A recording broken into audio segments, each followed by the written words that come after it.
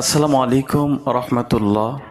সুপ্রিয় সম্মানিত দর্শক ও শ্রোতা, আজকে আমরা জানব যে এবছর তথা 2026 সালে সদকায়ে ফিতর তথা ফিতরার পরিমাণ জনপ্রতি কত নির্ধারণ করা হয়েছে এবং কত টাকা দিলে এই ফিতরা আদায় হয়ে যাবে, এই বিষয়ে মূলত আমাদের আজকের আলোচনা। তো যারা জানতে চান, ভিডিওটি না টেনে পুরো ভিডিওটি দেখতে থাকুন।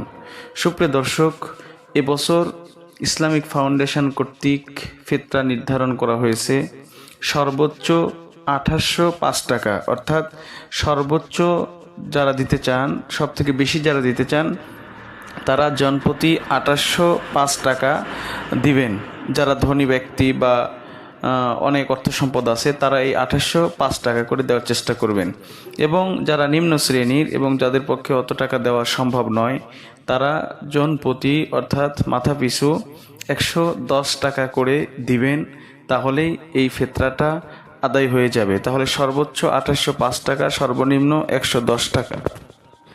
আর এই ফিতরাটা কিন্তু অবশ্যই প্রতিটা মুসলমান পুরুষ এবং মহিলা, শিশু সকলের পক্ষ থেকে আদায় করা ওয়াজিব। যদি কেউ এটা আদায় না করে তাহলে অবশ্যই সে গুনাহগার হবে। এখন প্রশ্ন, এই ফিতরার টাকাগুলো কোথায় দিবেন?